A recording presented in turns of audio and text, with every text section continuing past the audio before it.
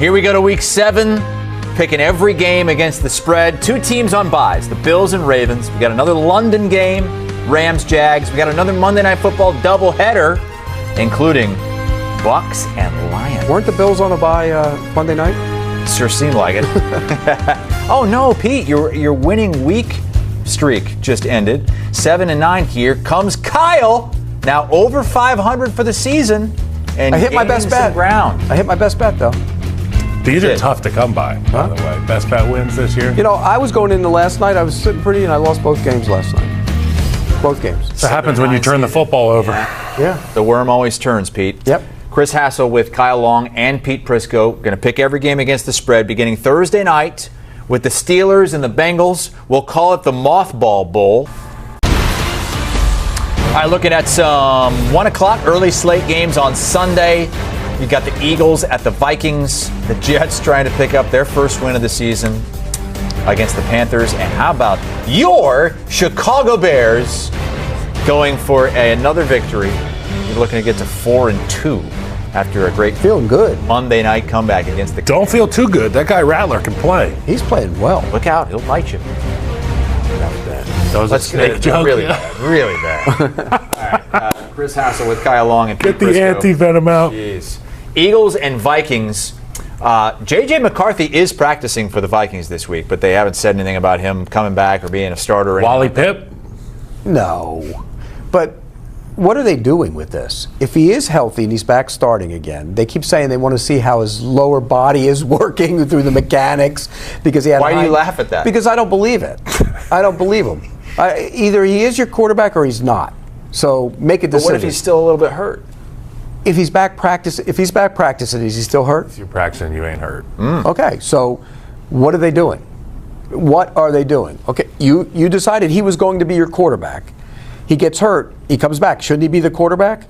Let's not also forget they sent Sam Darnold packing because they thought he was going to be their quarterback, and now you're going to settle on Carson Wentz? And Daniel Jones, too. It makes no sense. Daniel Jones is in the building. Right. It makes no sense. So if he's back healthy, he should be the starting quarterback.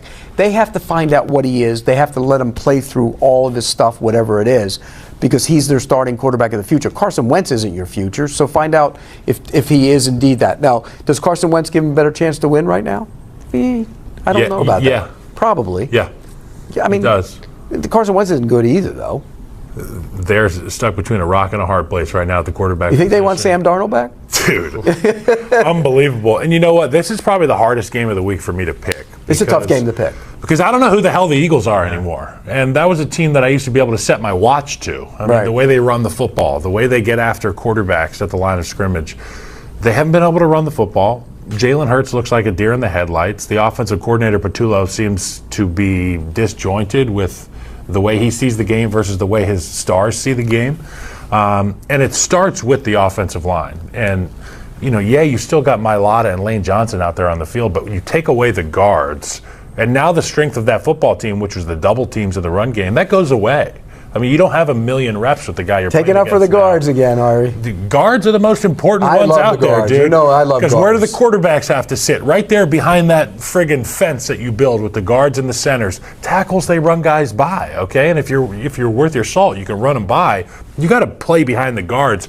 They don't have that run or pass right now, but I'm still picking the Eagles, okay? I'm still picking the Eagles because, in my opinion, Saquon Barkley's still on the field, right? Last time I checked, not doing much. AJ Brown's not giving him the ball enough. But they will. They will give him the ball, and I think they win this game. By the way, Milana's not playing as well as he normally does either, so that compounds the problems of not having the guard defender. Well, I love the guard defender. But I'm a guard defender too, so I can't say. You have to be. I love guards. By the way, the Eagles at some point will turn and hand it off to Barkley 25 times and say, this is how we are going to win football games. What are they waiting for? And this is the week. Yep. Okay. This is the week. Give him the damn ball. Jalen Hurts, without Barkley running the football, can't win games on his own. He just can't. He's not going to. That's not who he is.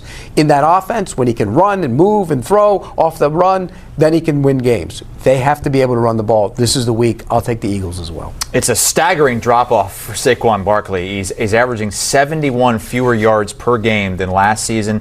That would be the largest decrease in NFL history. Well, he did have a lot of carries on his body last year too. Yeah, I mean we've seen it with Derrick Henry. Yep. Starting to. Well, he had a good game last week, though. All right, let's go to Panthers and Jets. And the Panthers are favored. How about this? It's the first time they're a road favorite since Matt Rule was the head coach back in 2022. Wow. Matt Rule. That's a long time. That's a long time ago. And I'm surprised they're favored in this game, to be honest with you. Look, I don't think the Jets are very good, and Carolina's done a lot of really good things running the ball. Their offensive line is physical. You talk about guards. Their guards get after it. They're tough. They're big. They're strong. And Rico Dowdle is running wild.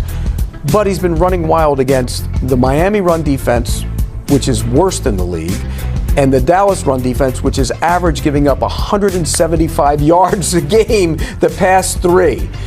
They're not going to do that against the Jets. For that reason, I will take the Jets. I thought their defense played better last week against Denver. Denver didn't run the ball. I don't think Carolina runs it like they've been running it. I'll take the Jets in this spot. Bro, I was so confused and disgusted to see the end of the first half clock management. Terrible. For Justin Fields and Coach What was Aaron Aaron Glenn doing? They're sitting around like they seen an alien. It was unbelievable. You fake a punt and then you don't go? I'm screaming at the TV. What Me the heck's too. going Were on? you People an at our idiot? studio were looking at me like, is everything okay? I'm like, no, it's not okay. And for that reason, I'm going to pick the Panthers because they run the hell out of the football. Ike Ekwunu's over there just murdering people at the left tackle position. Got a lot better. Give me the Panthers. They're good where it matters. And that guy, Bryce Young, I think it was 158.3 to finish the football game. That's where you want to be as a rating. As long as you can run the ball, he'll be fine. Yep.